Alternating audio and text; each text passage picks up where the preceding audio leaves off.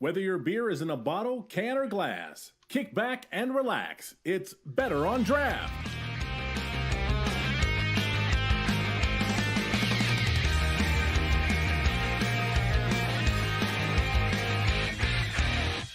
Welcome, everyone. Episode 255, Better on Draft podcast. My name is Ken. Thank you so much for joining us. I appreciate it. I am excited for this Friday night. It is nice and warm here in Michigan, which means it's about 60. So with that in mind, I am drinking a alt beer here from WeldWorks, compliments of our previous guest, WeldWorks. Go and listen to that episode. This beer is so amazing, and I'm so happy I was able to get it. But I want to know what you guys are drinking, starting with Rob. Rob, what are you drinking? Right now, I've started off with my usual stout, getting a Sweet Baby Jesus, and staying local with some Norden Aquavit. So I figured get some liquor going on. I think I still got some Aquavit here. Wendy, what are you drinking? I have the best sister in the entire world, and she went on vacation to Kentucky last week and brought me back Listerman's Brewing beer. So I am drinking a collaboration between Listerman and Pontoon, their Atlanta Banana Pancake Cabana. It's amazing. I love it. That's a lot of words, but we also have had, I believe we've had Listerman on this show too, another great interview. Nick, what are you drinking? I assume you're double fisting beer. When am I not? Come on. Thanks, Daniel. Well, last week you were double fisting liquor. So. I was last week was liquor, but this time it's beer. So we're back to beer now. Cracked open one of the two that I have, the Ghost in the Machine from Parish Brewing and the Modern Times Coffee Stout. This is my last one. Two more previous guests. You guys are doing your part in supporting the people who support us. Dan, what are you drinking? As usual, I got the vodka soda going on to start. Vodka soda to start. Well, we do have a guest here who is well renowned for the entire alcohol industry as a, I would say, professional drinker. But Zane Lamprey, how you doing today? I would say professional drinker is a very apt title. You know, it's one of those things where if I'm sitting next to someone on a flight and they don't know who I am and they say, "What do you do?" And this is like a good problem. The good problem is that anything I say could be interesting and be followed by another question, and it could turn into a podcast in the air that's not being recorded. So, you know, sometimes I'll just say I'm an accountant because sometimes I am. But I think generally speaking, professional drinker is a very apt title, considering I've gotten paid to drink in 72 countries across the globe. Now, before we get a little bit further, for those who have not listened or know who you may be, what are some shows that you've been on, some shows that you've produced and host? Like, ramble off a few that they may be able to look on YouTube maybe to find. I would say probably my crowning moment was when I was on the Better on Draft podcast. That was really the apex of my career. And when I knew I was doing the right thing. Like I was doing good stuff. You know what I mean? You made it. Yeah, I made it. Like you know, you ever think about like that guy at the gym? He's working out so hard, and at some point he's like, done, and then he never works out again because he hit his peak. Like that's where I am right now. Aside from that, my journey to get here, the road to here, was paved with an international drinking show called Three Sheets, where I traveled around the world, learning about local cultures and customs by drinking with them. I then went on to do a show called Drinking Made Easy on Mark Cuban's HDNet. I did 4 seasons of that. I then did a show, international drinking show called Chug, where at some point I traveled by train, and the episode was just to give a fun title to the show. So that was on National Geographic Channel. And then I did a show called Four Sheets, which was on a short-lived network called Drink TV. However, if anyone wants to go to drinktv.com, you can go and watch episodes of Four Sheets for free.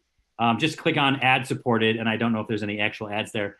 And then we did a behind the scenes sort of round table, kind of like they do on like Deadliest Catch for Four Sheets, which was called Between the Sheets. which was hosted by a friend of mine, Steve McKenna, who is usually the drunk and rowdy one. Instead, we made him the host, and then we were the drunk and rowdy one. So it's funny because go and watch Four Sheets at drinktv.com if you haven't. Like I said, it's free. I promise it's not a waste of time. And then go and watch Between the Sheets to get a good perspective on what it's like to actually shoot these shows. Now, I want to bring that in because you mentioned that people can see it. There's actually episodes of Three Sheets that people can find on your YouTube page, which you kind of cut in and out, and you do some commentary, as you say, DVD commentary, but DVD is dead, which is fair. How did this come about? By the way, I will get about one inquiry a week still asking me when like season 4 or season 3 of Drinking Made Easy is going to be on DVD. And I was like, what? Are we still having these conversations? Who's doing that? Like, first of all, they're on iTunes. They're on YouTube. Like, why do you want these on DVD? But by the way, you never asked me what I was drinking. Oh, but what are you drinking? I assumed it was a Maui Brewing beer or a monkey rum or a Kuma liqueur. So I just kind of assumed. But what are you drinking, Zane? Those are all good assumptions. So I'm doing a stand-up comedy tour this summer. I'm going to 90 breweries across the country doing my stand-up at breweries, which is really amazing. I've done theaters, big theaters, small theaters across the country. Now it's like an amazing time because there's so many breweries.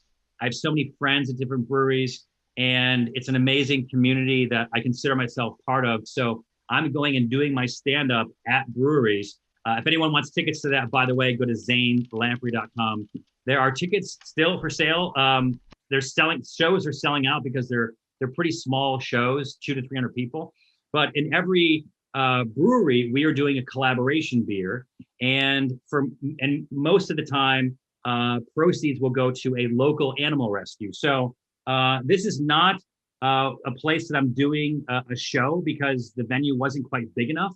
I mean, the brewery is, but not a venue as far as performance. But this is from Full Tilt Brewing in Baltimore, and this is called Snowcat. And Snowcat is one of our rescues. This is Quincy, and then it's sponsored by in collaboration with my Adventure Apparel brand. And then proceeds go to Barks, which is a local animal rescue in Baltimore. And this is a dry hopped pilsner. Awesome. And so you mentioned that you are doing a show, you're doing a tour, and it is 2021. We're still coming out of the COVID pandemic. Some of us are. Michigan, I think, is going into it, so I don't know how that's working. Yeah, Michigan is definitely hitting its 5th or 6th wave for sure. Yeah. My question to you is pretty simple, just because it is a touchy subject, but I think one where you have the right answer. But are you worried that you might get some flack back from doing these live shows at the breweries? How are you? We're starting them off COVID safe. So, for example, Utapils in Minneapolis. The tickets are capped at 160. When we are able to open that up, we'll probably open up another 100 tickets, maybe 260. So we're being smart and safe, but the breweries need the business, and the promotion, the attention that they get is great. So as long as people are being safe, wearing masks, and following whatever protocol is in place. I'm vaccinated. I have both vaccines. I believe in them. Both Pfizer and Moderna. You got all 4 shots. I've gotten all of the vaccines 3 times. I'm not going to catch anything, or it gave it to me, or I'll turn into a zombie before the rest of you guys. But we're being safe. Everyone in my crew, my team is vaccinated. We'll still be wearing masks, doing everything, but we can go out there, be distanced, have a great time, enjoy some great beer, support local breweries, support local communities, and just get out there and laugh. I mean, those are I don't know how many things I just listed, but those are all things that we could all use right now. 100% for sure. Now, you mentioned that you you are doing this. There was pet charity. Now I was going through the internet as one person would, and I saw you were a model for a pet rescue company called the Pumpkin Patch Pet Rescue. How You did saw you that I was a model? how did you become? I see you as the only human in a lot of these photos on Instagram, so I assume you're just the model for this company. Well, And I totally mean, not yeah. leading you into this question, but why don't you talk to us about the Pumpkin Patch Pet Rescue, how that became, and obviously you've shown some of these pets on your YouTube page, but talk to us a Yeah. little bit about it. Well, yeah. So Pumpkin Patch Pet Rescue is my wife's nonprofit pet rescue. So and the first cat or pet, that we fostered was named Pumpkin, and he's still around here someplace. So at present, I'm going to say it's possible that there's 14 animals in my house. Don't quote me, because there might be less, there might be more. We work with a lot of great rescues, but my wife felt it was best for her to set up, a nonprofit so that she could make sure that she can help as many animals as possible. It's really, for us, I use the expression "nothing worse," but there's obviously a lot of worse things. But it really sucks to see an animal at a kill shelter that its days are limited and there's nothing you can do about it. So we always will step in and go and pull those animals and bring them into the rescue and try to place them and that kind of thing. So it's, this year we've done just as many dogs as we have cats. I think maybe this year, maybe we've done 20 dogs or so, maybe more. Dogs poop a lot more than cats. Yeah, And all over. What's that? And all over. They poop a lot and on themselves, especially puppies. How about right here? And would you mind if I stepped in it? No, that'd be awesome. Thank you so much. So yeah, it's something that's really dear to us, and so yeah, that's what Pumpkin Patch Pet Rescue is. Nice. So I've noticed with kind of messing around, and obviously as Ken has been talking about it, going around on the internet, that I was messing around with Drink TV, which still has some exposure that's out there. I know that there's some people who can get onto that through things like Roku, Apple TV. I've been watching on the internet. Yeah. But one of the things that I had one of the things that I had read about, one of the comments was from co-founder Jared Cotton, where he had mentioned that food culture is celebrated much more than drink culture is, and that it's pretty hard to sell, the ideas behind, a show about alcohol, and that we don't see it as much out there. It's like, obviously you've had your show on Travel Channel, Mark Cuban's channel. The Three Sheets shows up on Drink TV. But is there something more that can be done that can make drink culture programming a bigger thing than where it is now? That's a really good question, and that's something we discuss probably daily. And Jared, one of the founders of Drink TV, an awesome guy, and we definitely always have these discussions because, it's kind of a rabbit hole, because people can point the finger at alcohol and make claims. Some of them, of course, justified, but it's not to say that food is all innocent. But it's a lot easier for people to just wrap their head around food because there's not the inebriation that's associated with it. I mean, even companies that big beer and, kind of companies and even spirits, they'll sponsor a lot of athletic events and athletic programs. But, you ask them if they want to do a drink program. They're like, well, hold on a second, slow down. We don't know what if you overindulge, and what if you do this? And I can say, well, I've done, 170 episodes of TV, and you can watch any of them and see how we handle it. But, time is going to happen, and some people are going to blaze the way. It's like, we'll go out and talk to a network about the show, and they'll watch it and they're like, oh, this show is great. Like Four Sheets, for example, after we made that show for Drink TV, the rights reverted back to my production company. And so we've brought it around town and showed networks, and they're like, well, we don't know about drink shows, whatever. And it's every reason you can imagine. It's every reason that there's no like secret to it, but it's just, it's funny. I'd say, especially in the US, right, where we're a little bit more, we're so like restrictive on it. The drinking age is 21 and all these sort of rules with a 3-tier distribution system and all that kind of stuff. But the crazy thing about it is we tried to sell Four Sheets in France and Germany, and they don't allow drink programs at all, except I think for like after hours or something. But here's the thing. We're not getting drunk. We're learning about drinking. It's like they for some reason have a hard time drawing the line and the delineation between the two.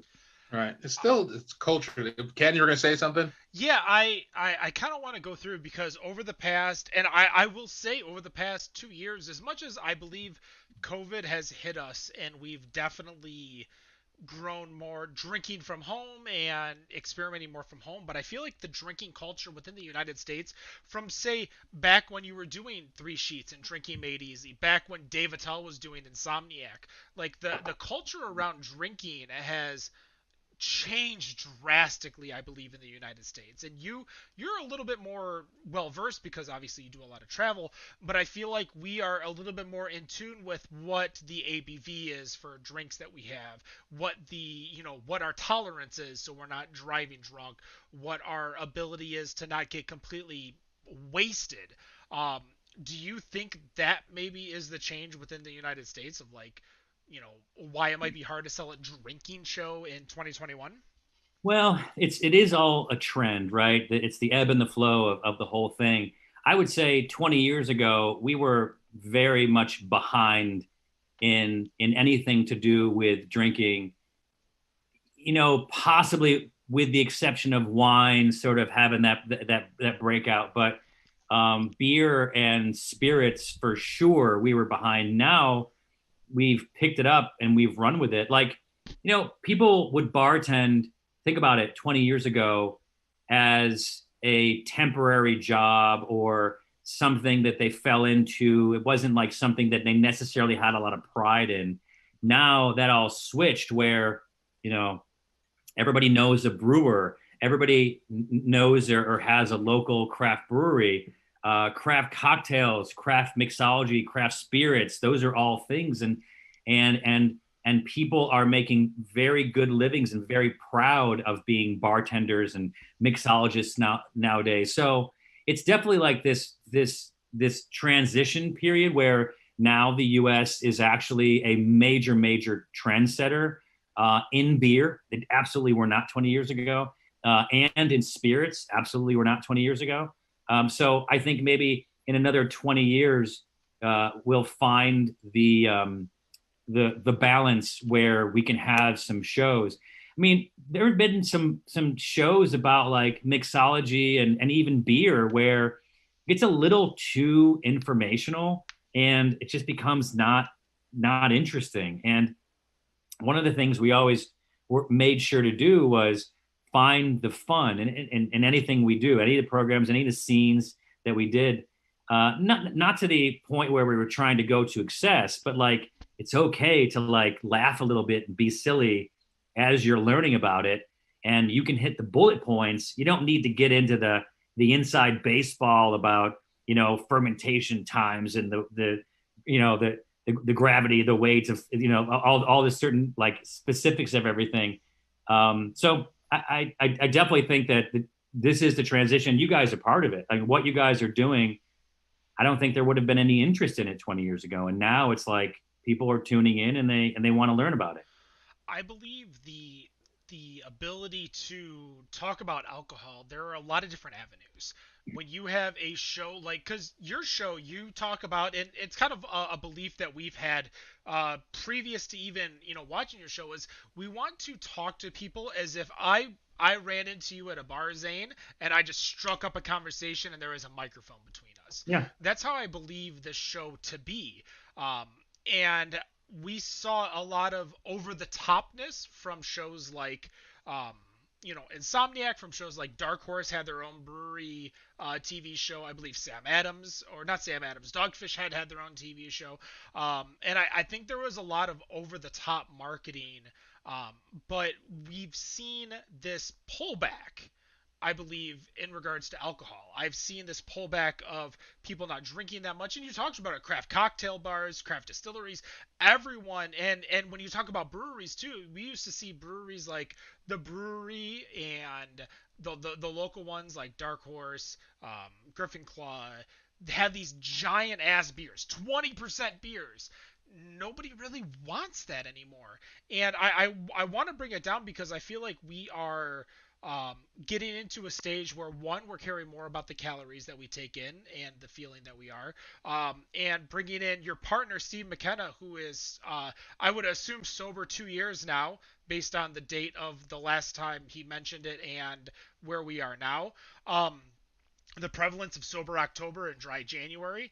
Where do you see the market changing with all of these things? Because I was careless in the early 2000s. I believe I was, I hung out with Dan, and Dan was a bad influence. Yep. Where do you see the trend of alcohol drinking in America? Let's say for the next 5 years, and where do you see yourself in that producing content? I mean, look, again, just going back 20, 30 years, there was no conversation to be had about the beer you were having. You were having, Bud, Miller, Coors, XYZ, it doesn't matter. There was no conversation about it. People just had their preference. And it's the same with spirits. There was a time where the Cosmopolitan was like the new drink. Like, wow, if someone invented this amazing drink, it was the Cosmo. And so that was like, the beginning of people starting to break out of their traditional, cocktails and their traditional drinks. I just think that it's there's a lot more to talk about, and there's a lot more information out there. And we also, remember, we're also at an information age where we have access to a lot more information and we can learn about things very easily. Whereas again, 20, 30 years ago, if you didn't know, you couldn't really learn about it. You were sort of at the whim of whatever the bartender could tell you. But the other thing you have to keep in mind with food shows versus drinking shows is that, for the most part, food has an almost unlimited amount of ingredients, from textures and colors and consistencies and all kinds of things.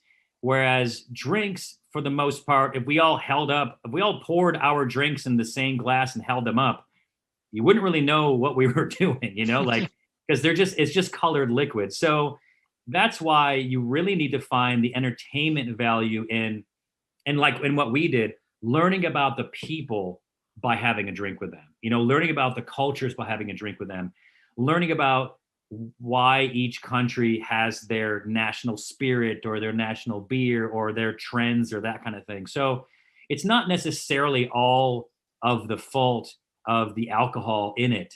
It's that at the end of the day, it's just colored liquid, especially with beer. It's like, you can sit here and talk about it, but I can't taste it and I can't see what you're talking about. But if you have, an elaborately made food dish, you can kind of see what it is that they're talking about. You can almost taste it before they describe it. Whereas a drink, unless there's all kinds of garnishes and foams and smokes and stuff like that, you really can't get an idea of what's going on unless the person describes it, which, let's be honest, that's not that fun. You wouldn't want to just sit there and listen to someone describe different kinds of beer. You'd be like, okay, can I have one? Right. So I did have another question, kind of going into like really a lot of all of that. But obviously, with the ambassador of craft beer and spirits and these liquids that you are, that recently you were the recipient of a Crushie which I guess is the affectionate name of the Craft Beer Marketing Awards. You're in the room where you're doing your podcast. I know you've got that in the area. There it is. Now, for those of you listening to the podcast, you of course can check out the video on youtube.com/BetterOnDraft, twitch.tv/BodPodcast, facebook.com/BetterOnDraft, and of course he's posing with it right now and thanking all of us. So I will I'll point down to him because on my screen is what everyone see, and I'll say good job to you. But go on, Rob. But 2020 Man of the Year. So definitely congrats on that. And I guess winning something like that, I'd imagine, obviously it's got to come with a great sense of accomplishment. But I guess the question that I have is that in everything that you've done so far, what is it that you personally feel you can do more of in terms of marketing and promoting craft beer? I don't know what you're talking about. I have the award. What else do I have to do? What have I not done? Hey, it's your turn, man. You got it. Thank you. Here you go. Take it. I'll take it. I'll take it. The whole thing. By the way, could there be a worse year to get Craft Beer Man of the Year than 2020? like the year where more craft breweries went under than any other year in the previous, but. Whatever. We did have a net positive in openings though, so breweries. Yeah, fine. Yeah, good. Okay. Well, I don't want to discredit the breweries that closed, but still, we are still opening up breweries day after day. Yeah. I just don't want it to feel like Scorsese finally getting Best Director for Departed, which was his worst movie he did. But they felt like he owed it to him. Yes. Yeah. Why is that? What you're saying is happening here? No, not at all. You're throwing 2020 under the bus, and rightfully so, because 2020 needs to be under the bus. Look, what is there left to do? Well, look, I could have gone out and done my tour at theaters, but I am like, let's just look for a second at what I'm doing with this stand-up tour. I'm going and visiting 90 breweries across the country where I get to go up on stage and tell some of my favorite stories, have a drink with people, enjoy this collaboration beer we're having, meet or catch up with the brewers or the people at the brewery, and just kind of spread goodwill across the country. I mean, I think that is the next chapter. The question is what's in store for next year, 2022. I think it's the same thing. In fact, we're talking about taking the tour to Australia and the UK in early 2022, and then coming back and doing the US tour. So look, here's the thing. We did every time I go and do a TV show, I am at the whim of a network executive or someone who can pull the plug at any point, and at some point does. Sometimes the plug is pulled on the network itself, and it's not really the network's fault that it goes under, but it goes under. So I was like, look, I'm going to do a tour. I can go out there, have some fun, have some laughs, entertain people like I love to do. And the only thing that can get in my way and stop my tour is God, which is what he did in 2020, because that's when the tour was supposed to happen. So, now it's like, okay, didn't mean to tempt you, easy, easy lady. So now we get to go out there and do it in 2021 and hopefully 2022, and just keep doing it and growing this tour of celebrating this place that we are in culture and craft beer culture and community. We used to have these things, I'm sure you guys know this, but there used to be what's called like a public house, right? And that started in Europe and then did come over in the US and kind of faded away, in the 17, 1800s. But we had a public house, and that was where you would go and you get your mail, and you'd go and get a job, and they would sometimes be the courthouse and everything that, anything that could be worked out, we worked out there. That was a public house, which then became known as a pub. And so that's why we go to pubs. And we kind of lost pubs. We lost that for a while. Probably, I'd say that was the intention of the prohibition, was to shut down pubs, and so call that 1920. And then when 1930 rolls around, and it really wasn't, they weren't pubs anymore, they were just kind of like, there was enough time that 13 years went by where the culture was kind of lost, and we didn't really regain that. But now that's what these breweries are. You have these local breweries, and you go there and you have a beer. And I think, like you're saying, Ken, they don't have to be these super strong beers anymore. Now they're just like, go there and have a session beer and hang out with your friends and catch up and whatever. And I think that is the trend that's happening. We missed that community and a place that you could just go. You didn't have to go find an Irish pub or a dive bar or anything like that, which, by the way, are still great. But and then we were kind of reminded in 2020 of how much we missed those breweries and that community. And now we're all getting a chance to get it back. And so I think that's where we are. And I'd like to think that that's more of that is where we're heading, which your data suggests that. All right, well, I'm sold. Back-to-back 2021 Man of the Year. I think I'll take that. Write it in. You're sold. All right, I'm gonna pass it off to Nick. He's got a couple questions here. Let's go back to your comedy show, the comedy tour that you're going to be doing here very, very soon. When you said comedy, why'd you make air quotes? It's been a long day, dude. Comedy show. Because, let's be honest, no one's seen it yet. Well, as long as it's not like Charlie Sheen, where he just rants for 2 hours on stage. Oh, we don't know that. Well, just I mean, the last podcast, you said Steve was just you were gonna write Steve's material. You're just gonna walk up there. So. Yeah. So in your last podcast, you had mentioned that to do a 1 hour set, that it takes you about a year to do a 1 hour set? To write a 1 hour set? Absolutely. Yeah.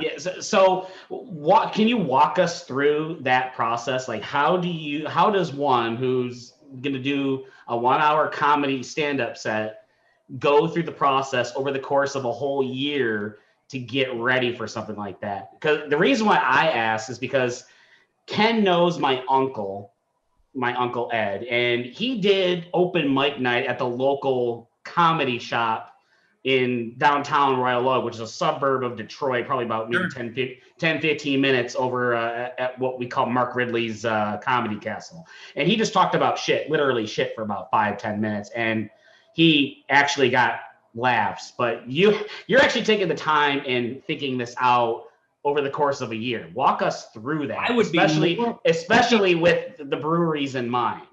I would be more afraid of doing what your uncle did than what I'm doing, because so what I've done is I have I took my best stories, right, and I just make my notes, and I got the Russia machine gun story, and I got the champagne story, and I got the just a bunch of different stories, some about Steve, and I kind of write them out, and they're long, and while prose and written work can kind of ramble on, it has that liberty to do that. Comedy can't.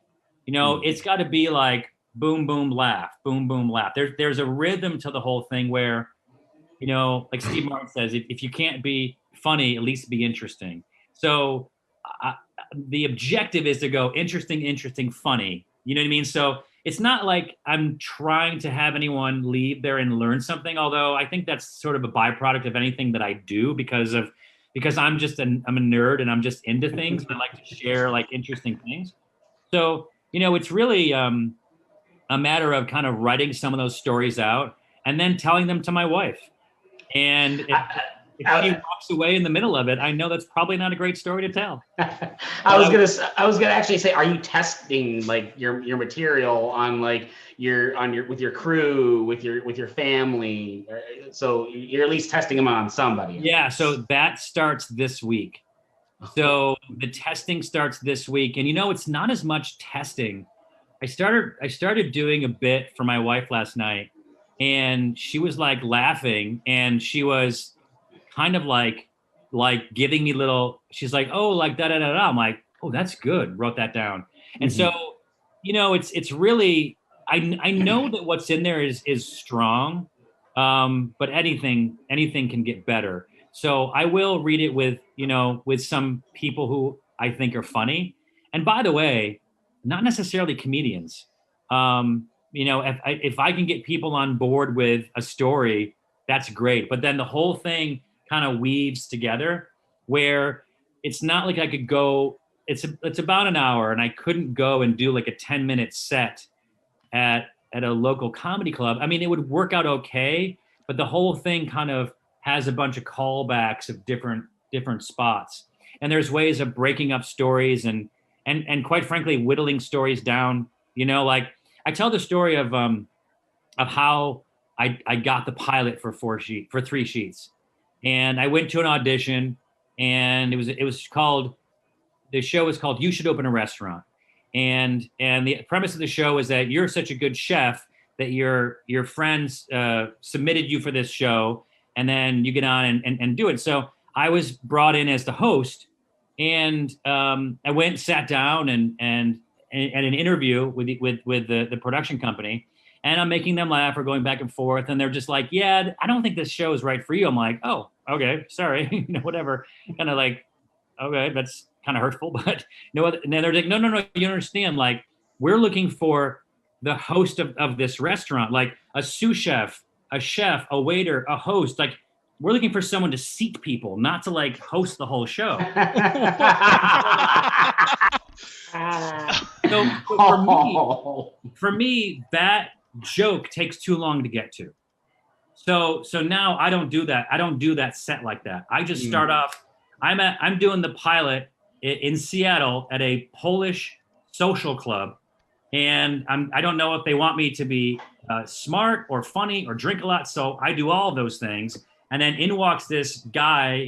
So I talk about the whole ski patrol story. So I kind of like there's only an hour, so I need to sort of make cuts and figure out what really works best. Although you guys all just laughed at that, so I'm not sure. Maybe I should put it maybe expand it to 2 hours to allow for stories like that. I'm sure the breweries won't care. The first show I did was at the House of Blues at Disneyland, at downtown Disney in Anaheim, and it was 2 hours. And in my mind, which became a drunken mind, people bought tickets to this show. I want to give them an amazing show. I want to, so I don't want to just do 45 minutes. I want to do an hour and a half, which turned into like plus some Q&A and this and that. It just and at the end of the day, it's like my friend who's a comedian. He kind of spelled it out for me. He's like, hey, how long is a movie? Like a comedy, 90 minutes. He's like, millions of dollars go into making a movie and the scenes and the pacing, all that kind of stuff. Like, you don't deserve more time than a movie. You know what I mean? Like, and that's true. So from start until finish, that includes like the opener to me will be under 90 minutes because that's the way that it should be. Now, sometimes they'll go a little bit longer if I'm riffing with the audience or I answer a question, whatever it is. But for the most part, it's got to be tight. It's got to be tight. It's got to be a nice, funny set. And I got to leave people wanting more, right? So I can do it next year and tell some other stories. Yeah, I've never heard the way that you've put it so eloquently, because when I go, and for instance, I went and saw prior to COVID, Kevin Smith, Jay and Silent Bob reboot. So they showed the movie and then they had a Q&A, and of course Kevin Smith just talks and talks and talks. So you get like 2 questions and an hour and a half Q&A. But when you have a person who is available to talk and is able to tell an amazing story, I think that's why you get such amazing things. Like, I've listened to your shows with Bert Kreischer, and mind you, what you guys buying houses next to you and building compounds doesn't affect me at all in life. Like there's no real story to it, but I'm interested and I'm vested based on the people that you are and how you're talking about it. So I think there's a lot more than just a comedy show. That I feel like when you're telling your stories, you're telling, lifelong adventures that you're having, you're sharing it with people. And I think a lot of people care more about that than just the funny parts. They want to hear about, and why we have you on the show, we want to hear about the crazy stuff like we talked about on the previous show, like, your craziest cocktails or best hangover cures.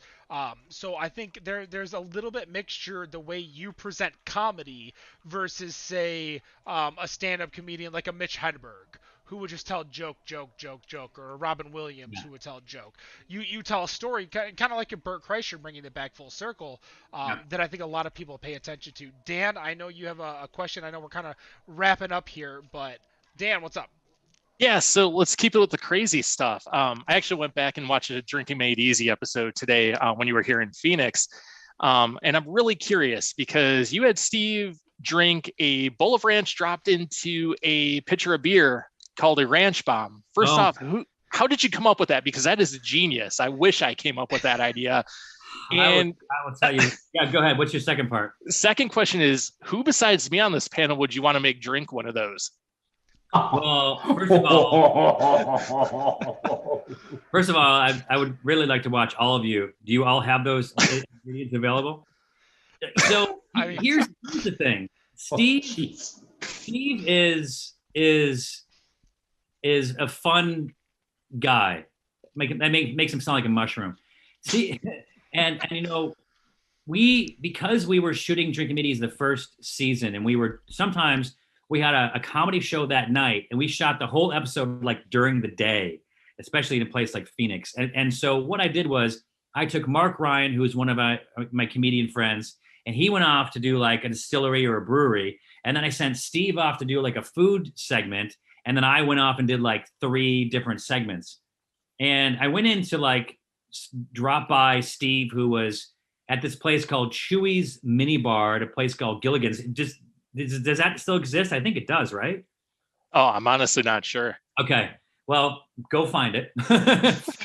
It's a place called Gilligan's, which is like a weird place. And Chewy, who's like a little person, has a little bar that's there.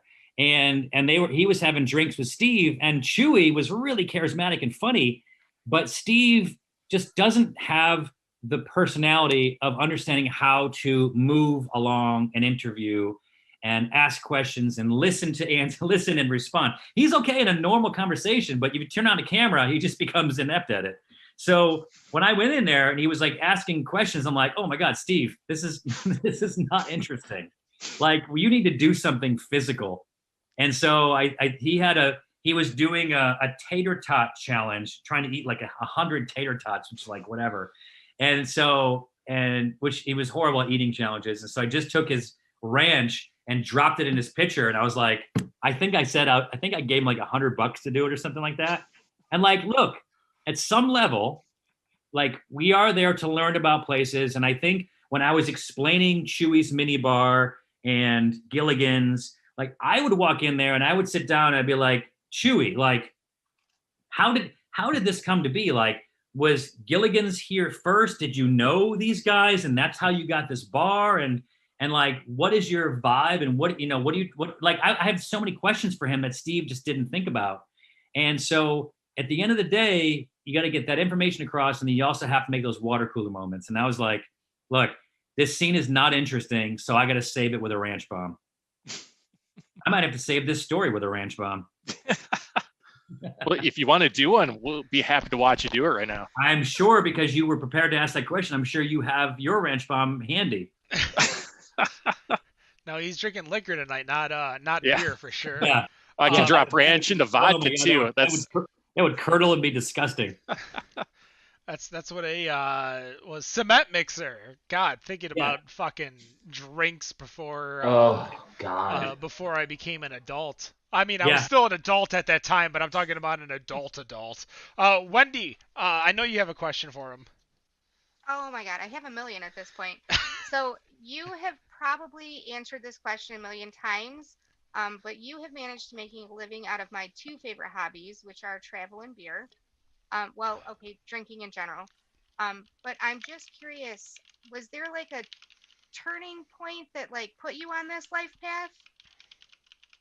I mean, I moved out to LA in 1996, and I was trying to get acting jobs. And the thing is a script is fine, and I can do a script, but the hosting gigs were kind of like coming onto the scene at that point, and a host like was a job that hadn't really been a host before. Like there were game show hosts and sports hosts, but not like shows that had hosts that went off and did things. So I was like, wait a second, this is like really well suited for my personality. And so I did a few smaller gigs, and then I went and did audition for that, You Should Open a Restaurant or whatever it was called. And then I got 3 sheets, and then that was it. So, I mean, I landed 3 sheets, and I did 3 sheets because that was the first real gig that I did. I could have easily been on a car show or a home improvement show, and I would be known as that guy. I'd be known as, either the drunk, construction guy or the guy in the back of an Uber. I don't know. So I got lucky, I really did. And there's not a day of shooting that went by that I took it for granted. I mean, sometimes I was tired and whatever, hungover, but it didn't matter. Like every time, I've never shared this piece of information. Let's see how this comes across. I would always really get that like pinch myself moment, which this is going to be a weird transition. That kind of like, hey, like think about where you are right now. Like you are in Champagne, France, and you're drinking a bottle of Cristal with the owner of this place and laughing and having an amazing time. And when I'm in the moment, right? I'm not thinking about those kind of things. But whenever I would leave to go to the bathroom to take a pee, which is often when you host a drinking show, that's when I would get that like, wow, think about where you are. It would always be the time that would happen. So I'm not going to tell that story again. It's true though. Yeah, I'm pretty sure. Well, it's the only time that I got but... like when it was like quiet and no one was talking to me and I wasn't responsible for anybody, and it was like me by myself for like a minute, where I could just like reflect on where I was, because otherwise I'm expected to be on, and be funny and asking questions or whatever. And so, and when I get back to my hotel room, I would go to sleep. But like usually when I would go to the bathroom to take a pee was like those quick little moments of clarity. That's awesome. So real quick, I know Ken is trying to wrap it up, but I have to tell you that hiking is like it's pretty much the only physical activity that I actually enjoy. And obviously I'm a fan of beer. So I love that your adventure apparel line incorporates drinking into the active and travel wear. Yeah. So I want you to real quick just tell our listeners where they can get it. Yeah. So, it's probably easiest if people just go to zanelamprey.com, ZaneLamprey, or just Google Zane Lamprey and go to my website. And then at the top, you can go to Adventure. And so Adventure it's on my shirt here. It's my apparel company. And the first E is a 3 because we plant 3 trees with every purchase. And, we're really about exploration and travel as a brand. And we think that destinations, like when you arrive someplace, it's really great to punctuate those with a drink. Sometimes you can have a nice cold drink. Sometimes it's a beer, a cocktail, whatever it is. But that's who I am, and that's who the brand is. And so, after a hike, which I do very often, I love to just grab a beer, especially if I'm someplace and I'm not home. Just go and grab one of the local beers or maybe a local cocktail or something like that and just punctuate. And that's when you sit there and laugh with your friends and talk about it. I got a buddy who has a company. It's called Earn Your Booze. And his is basically that same thing. It's like you did a long hike, you earned it. Nothing feels better the drink doesn't taste better, and than when you have something that you did to sort of get to that moment.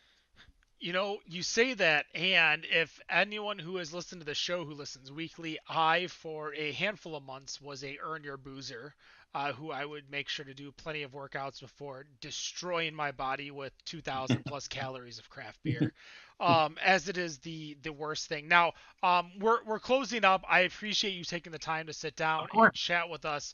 Hopefully that beer from Full Tilt is delicious and gone. That's fantastic. We have a quick list of questions from the chat. These are don't think too hard about it, just off the top of your head. What is your favorite brewery that you go to? Wow. Can I list Probably 90? a local. Just it could be a local one. No. My favorite brewery is Maui Brewing Company. All right. What is your favorite beer? Maui Brewing Company's Coconut Porter. So good. What is your favorite brewery to visit? So not Maui, but is it something with maybe good visual, good? Wait, what would be?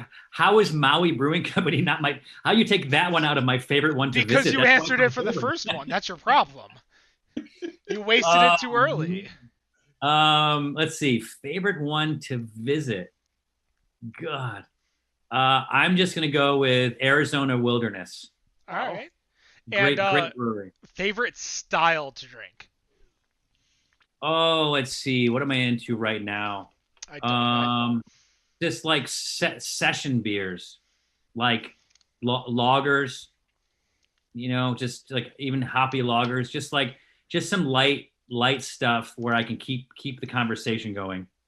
All right. Now, you used to do a 6-pack challenge on all of your shows with Steve McKenna.